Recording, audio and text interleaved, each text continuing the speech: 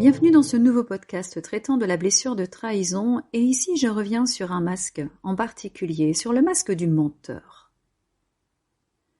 Lorsqu'une personne souffre de la blessure de trahison, elle peut avoir du mal à faire confiance aux autres, elle peut avoir du mal à se faire confiance à elle-même, et cela alimentera la blessure.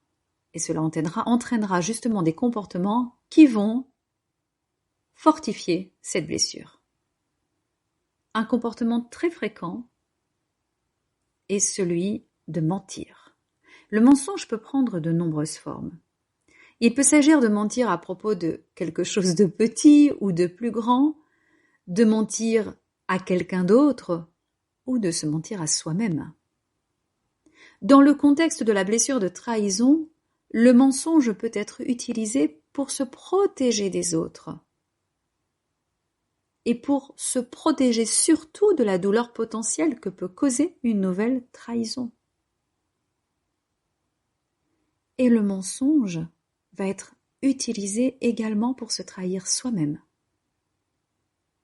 Si on est capable de mentir à quelqu'un, on est capable de se mentir à soi-même.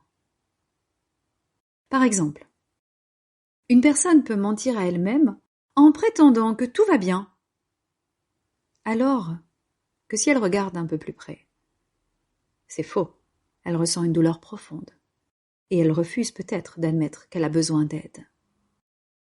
Le mensonge, et c'est là que ça peut poser problème, le mensonge en fait, c'est un moyen de se convaincre que la blessure n'est pas si grave, et le mensonge va minimiser la douleur. Donc on est dans la non-reconnaissance de la douleur et de la blessure de trahison. Cependant, et c'est là le problème parce que c'est un cercle vicieux, le mensonge ne fait qu'alimenter la blessure de trahison. En mentant, une personne va se couper de ses propres émotions pour pouvoir mentir. Elle va se couper des émotions des autres, si elle veut bien mentir. Et cela va conduire inévitablement à une relation dysfonctionnelle, non seulement avec elle-même, mais aussi avec les autres. Les relations construites ne seront pas saines. De plus, si les mensonges sont découverts, cela conduira d'office à une perte de confiance et d'office à une nouvelle trahison. Donc je pense que c'était nécessaire de parler du mensonge dans le cadre de cette blessure de trahison, parce qu'il est important de reconnaître l'impact du mensonge sur soi-même et sur les autres.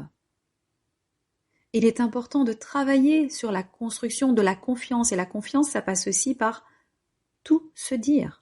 La construction de la confiance dans les relations, c'est ça que je voulais dire. En étant honnête, en étant soi-même.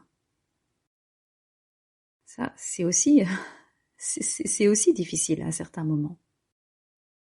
Mais c'est comme pour tout, c'est une question d'entraînement. En étant de plus en plus authentique, en faisant de son mieux, on devient de plus en plus honnête avec soi-même, avec les autres. Et là, on soigne la blessure de trahison. Et on peut reconstruire des relations saines, où il ne sera plus nécessaire de mentir. Le mensonge est un comportement autodestructeur, utilisé pour se protéger, d'accord, pour se protéger contre la douleur de la trahison. Et pourtant, il ne fait que perpétuer la blessure. Je vais m'arrêter ici en ce qui concerne le mensonge. Regardez, vous qui souffrez de la blessure de trahison, dans quelles circonstances vous mentez. Soyez honnête avec vous-même. Et regardez si, vous aussi, parfois, vous n'arrangez pas la vérité pour éviter d'être trahi. Tout simplement. Donc il n'y a pas à se faire du mal en réfléchissant ainsi. Il y a juste à accepter la place du mensonge dans nos vies. Et sourire parce qu'on fait de notre mieux. Et on travaille chaque jour à une nouvelle version de soi-même. Voilà, à bientôt. Merci de m'avoir écouté.